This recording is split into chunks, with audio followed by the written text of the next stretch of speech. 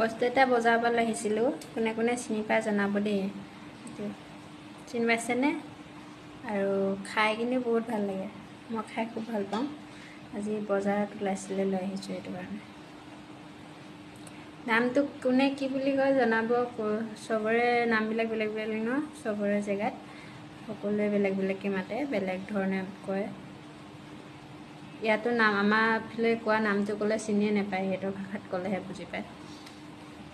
গোটেইখিনি দেখুৱাই দিছে চাওকচোন 10 টকাত ইমানখিনিয়ে দিছে